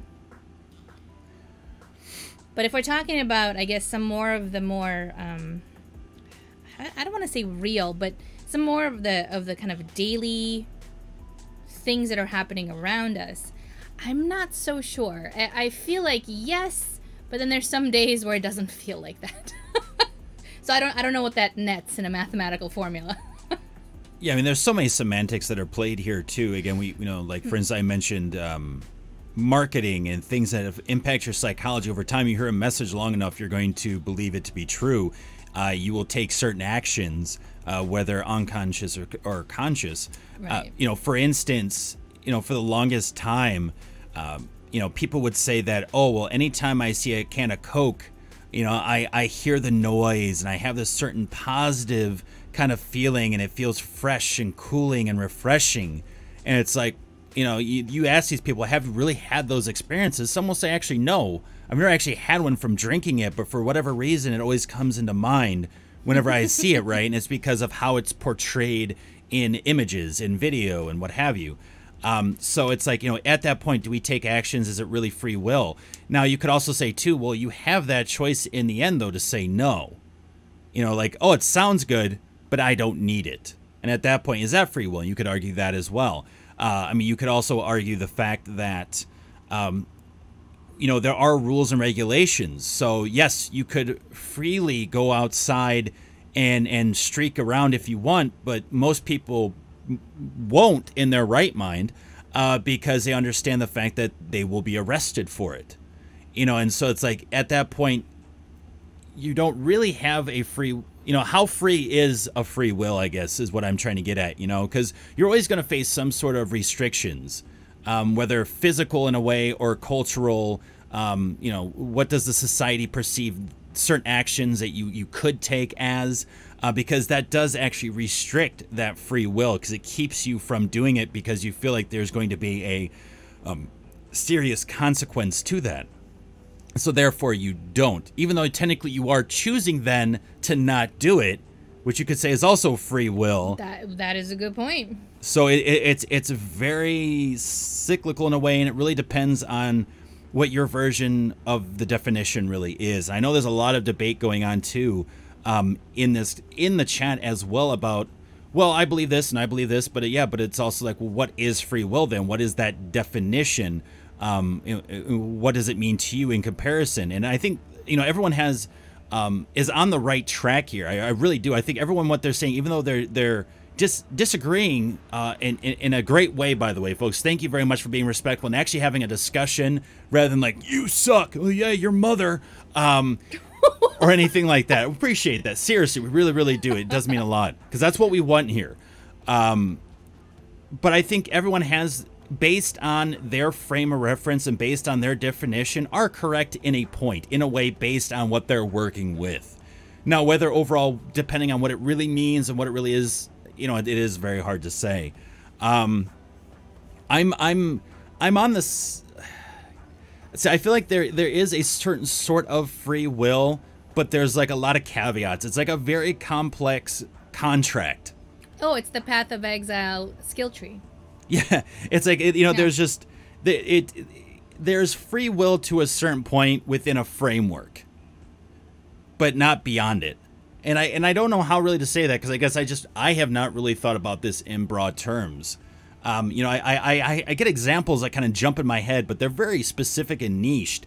And a lot of times I can then think of a contradictory point too. So for me, like right now, it's like it's actually very interesting and very cool to try to see about how to shine a brighter light, as we're talking about lights here as well previously, trying to shine a brighter light onto a what's really is a much bigger canvas that we're working on. You know what I mean? So it's hard for me to say. I feel like I'm kind of on the fence in a way, even though most people say there is no fence. But damn it, it's my free will to be on that fence if I want to be. But yeah, I don't know. It's tough. It is really tough on my end to try to give a fair answer without really going through all the different pieces and everything and really trying to examine it. Because like I said, I feel like right now, like I could see free will, but I also feel like it only works within a specific framework to a point. There's just so many caveats that I'm coming up with right now in my own head, and then seeing also some of the great points also in chat too. If we look at the definition of free will, it says it's the power of acting without the constraint of necessity or fate, the ability to act at one's own discretion. And the synonyms they give is self-determination, freedom of choice, autonomy, liberty, independence. So it does talk about the fact that there are no constraints. Yes, I mean, if like... It doesn't specify which kind. Yeah. I mean, if we say specifically on destiny itself, like whatever that word, whatever the existence of that word is, or, non-existence, whatever. But I don't believe in destiny. I believe things just unravel, and they will unravel, and everything does have a kind of domino effect that does tend to happen just because we're all in the same society, right? We're all in the same area, the same spot. There is impact, and I would say that based on the power that each individual domino has, that impact can be felt more or less. But I think from a destiny standpoint, I do not believe in destiny guiding that. So yeah, I guess from that base, I could give that direct of an answer at least.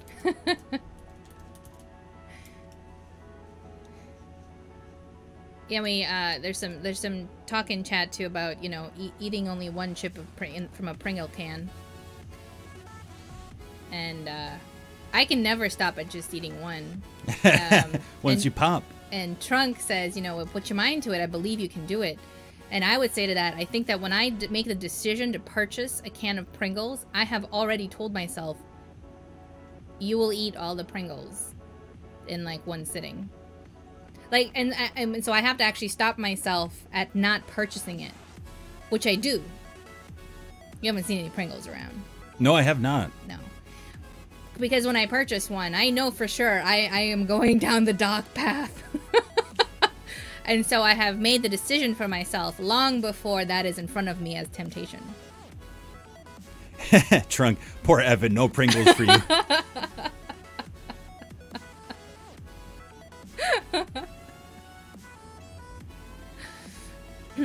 Dalma says, but it is you. If choices you made are different, memories are different, then are you the same person or same being?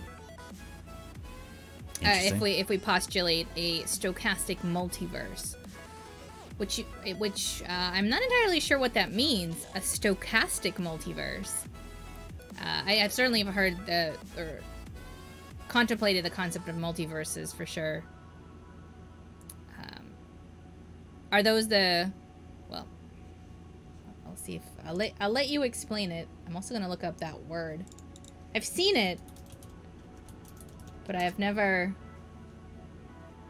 Randomly determined, having a random probability distribution or pattern. Aha. Aha. Stochastic, because some choices are more likely than others. Which, again, I think, I feel at this point, if we're talking, let's say, multiverses, there's another great film called Sliding Doors. I watch a lot of TV, y'all. Where, it's sort of, I feel like, in a way, talks about this sort of either destiny or fate, free will, that sort of thing, where a woman's kind of life splits into two kind of parallel universes, and you sort of follow her as she navigates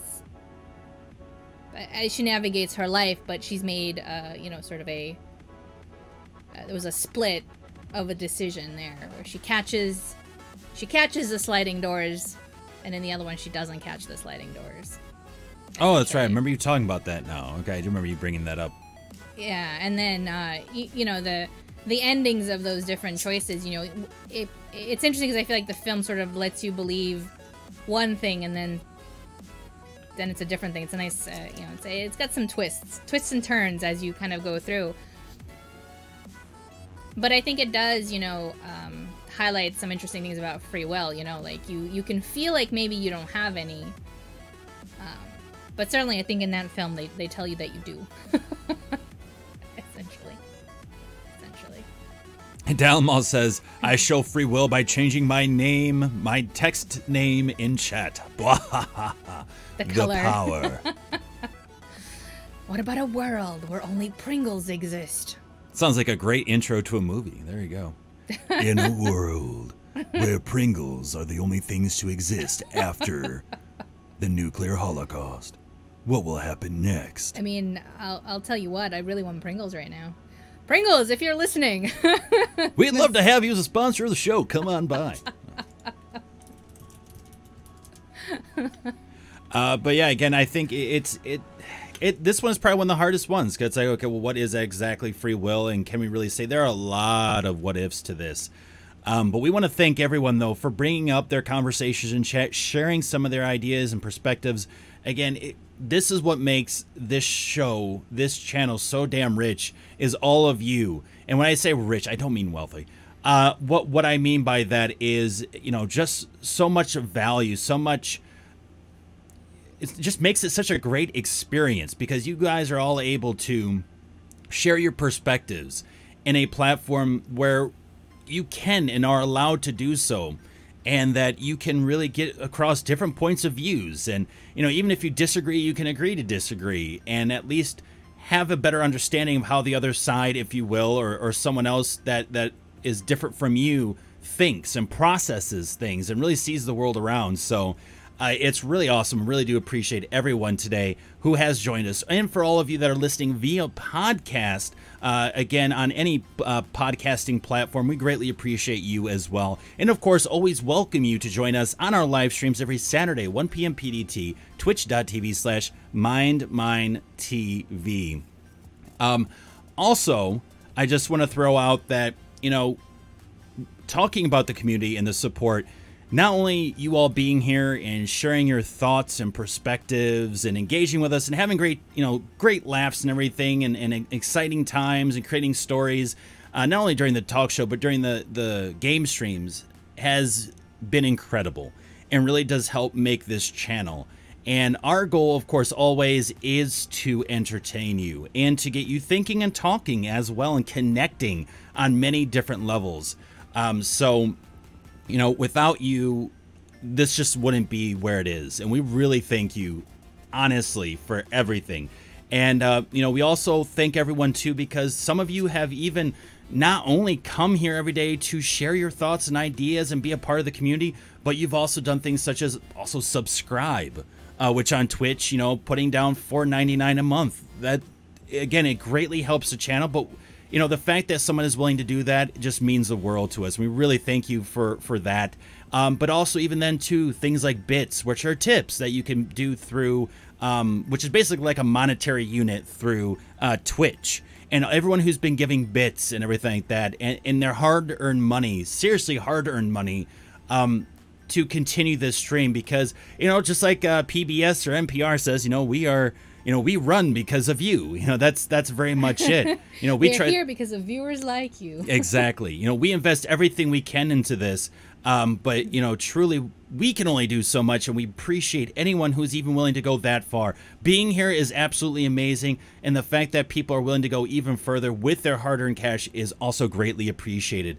And also, I did want to give a shout-out to one individual who recently just actually gave us a really great tip, just a massive tip, and we really appreciate it. And honestly, when I saw it, I didn't know what to think.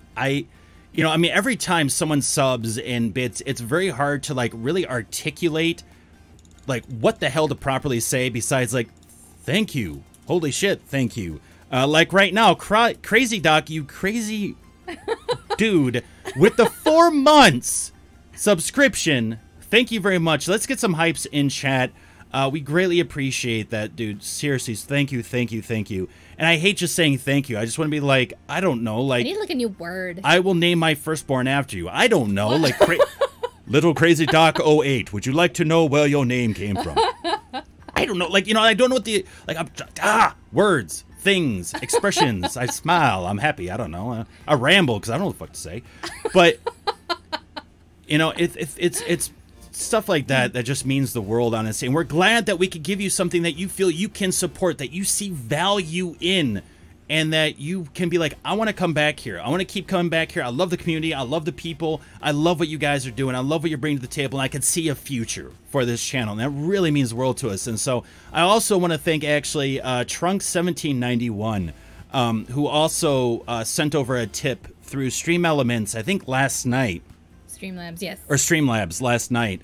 Sneaky. Yeah, and we want to really, truly thank you for that. Seriously, your hard-earned money, it really does mean the world. There are no good words to describe that. And we just appreciate the fact that you're willing to go that far to further the channel and everything like that. So thank you as well, Christoph. We greatly appreciate you. We greatly appreciate you, Crazy Doc, for subbing, and everyone here.